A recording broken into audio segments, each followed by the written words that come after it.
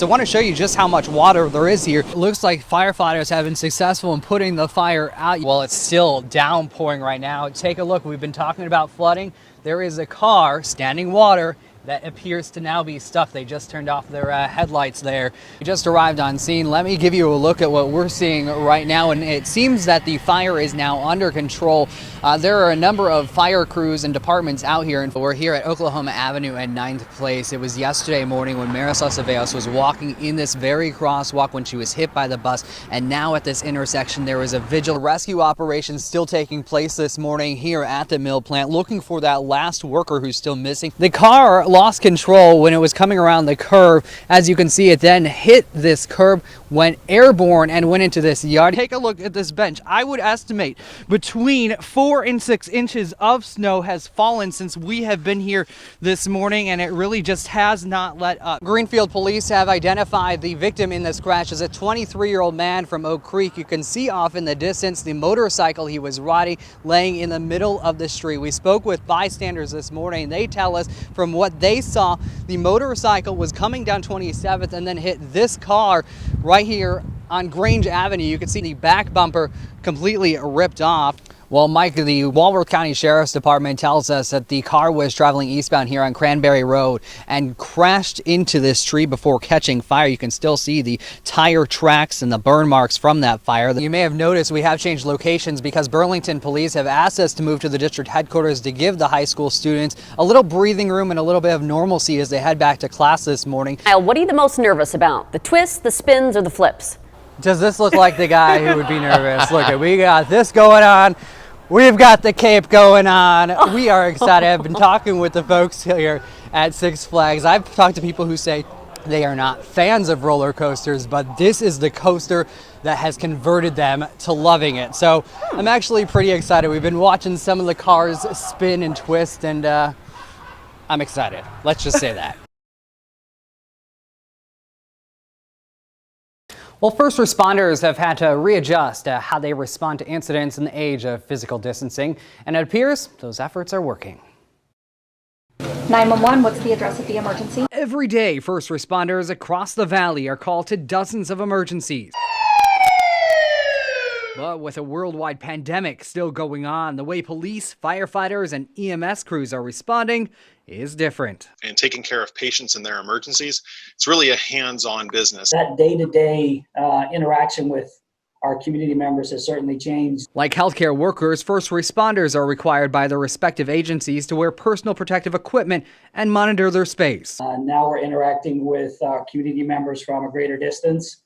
We're asking them to respect our boundary, as of course we are respecting their boundary. But those are just a small part of the changes. For Jackson County Fire District 3, it's even changing its response while en route to a scene. What we've been doing is reaching out to patients using our phone, FaceTiming when the patient is able to, or we're able to be able to make a video contact with patients before we arrive on scene and help inform our officers with what the right appropriate type of response we would be able to initiate. Law enforcement agencies are also limiting their contact and are taking reports of smaller incidents online while finding new ways to help solve emergencies. They have options of trying to handle what can be handled via phone.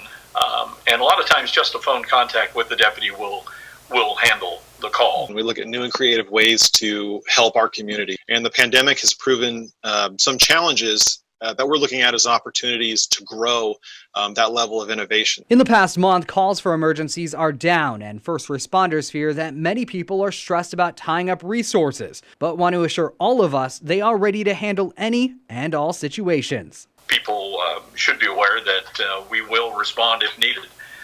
Sometimes we may have to adjust how we respond. Now, all the agencies we spoke to today say they will reevaluate their practices when those restrictions are lifted, but anticipate some of these changes could be good for the long term. 6:40 on this National Pet Day, a story you will only see right here on Sunrise. A warning from the Better Business Bureau about websites trying to sell you cats and dogs that really don't exist. And Grants Pass couple fell victim to the scam this morning. They're hoping you can learn from the mistake that cost them hundreds of dollars. This is our happy little family. Linda and Roy Dwight love their two pugs, Max and Bailey. They're part of the family. They're like kids. But Max is 12 years old and his health is starting to deteriorate. Since they don't want Bailey to feel lonely when that time comes, they've started searching the web for a new companion. I typed in pugs for sale, and this website came up. Dogs were half price because they were all at least 4 months old.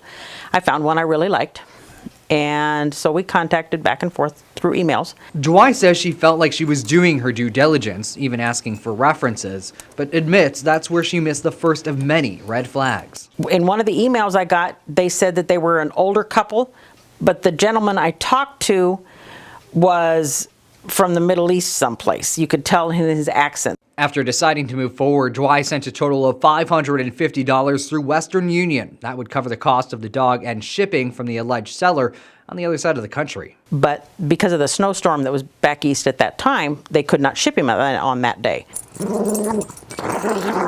Dwight says she was informed the dog would need special handling, a climate control kennel. That would cost her at least another $1,200 while waiting out the storm.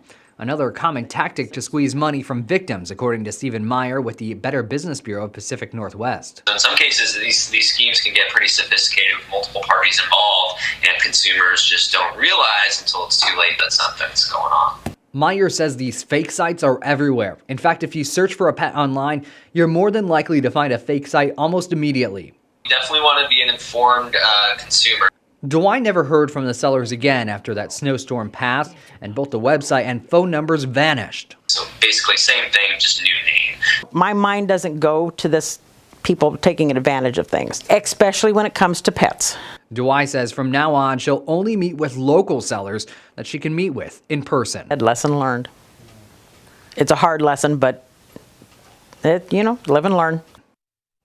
So the BBB says there are a few red flags you can look out for to spot a fake pet seller. First, look for grammar errors on the website. If there's a lot, it's probably fake. Also, check out the address bar on the top to see if the website is secure. You'll know if it starts with HTTPS. Also ask lots of questions. Make sure the sellers are knowledgeable about their animals and about any products they're selling. And finally, get more than one reference from recent customers and ask them about how the experience played out for each of them. As for the Dwights, they of course were heartbroken they didn't receive the puppy, but they're currently in talks with a local breeder in the Sams Valley for a new pug. It's not a bird. It's not a plane. But it's Aevermann, cape in tow, working his way down the coast. Come on! Come on!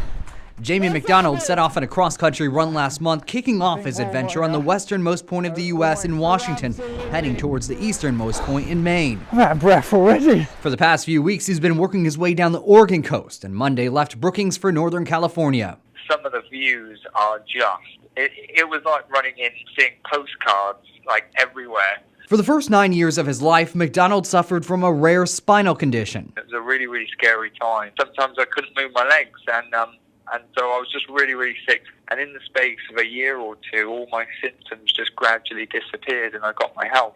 Inspired by his own experience and the doctors who helped heal him, McDonald has been on a lifelong mission of giving back. For this trip in particular, every time someone donates, it then feeds back to their local children's hospital to help their local sick kids. He's been stopping at children's hospitals along the way, and he'll continue as he runs through 15 states. It's not his first big heroic adventure either. One of his first was back in 2012 when he bought a secondhand bike and rode it from Bangkok, Thailand, back home to England, all to raise money and awareness for kids in need. As tough as it is, every day I've got to put myself through like absolute just pain. If I can just change one kid's life, then that's all that really matters, and that gives me value on why I'm put on this earth. Along the Good evening, everyone. Thanks so much for joining us on NBC 5 News at 6. I'm Kyle Aevermann. Only NBC 5 News is following breaking news this morning. A Medford police officer and suspect in the hospital this morning after a crash in South Medford. Continuing our fire danger red coverage, and new from overnight, a level 3 evacuation order has been issued for all homes, cabins, recreational sites, and the lodge at Diamond Lake. Caltrans says a landslide in Siskiyou County is growing, and that's slowing operations to reopen State Route 96. And the big talker in Salem this morning is is, will Republicans hold yet another walkout? We begin this half hour with the latest on a developing story out of Ashland, where police have arrested a man in connection with a deadly shooting. But this morning we're tracking reaction from last night's debate. I know you've been kind of watching what people are saying online. What are they saying? Let's head to Josephine County right now, where fire crews have been working hard to stop the spread of the Slater fire, which started near Happy Camp, California. It's one of the most iconic structures in Southern Oregon, and now some Eagle Point High School students are volunteering their time to help rebuild the city's iconic Butte Creek Mill. The show must go on. That's the motto some Ashland High School students lived by over the weekend. I'm going to hang this on my fridge when I get home. You should. I even autographed it, so you know it's legit. This is legit stuff right here. Yeah, show us the muscles. I promise you, I do not have muscles like that.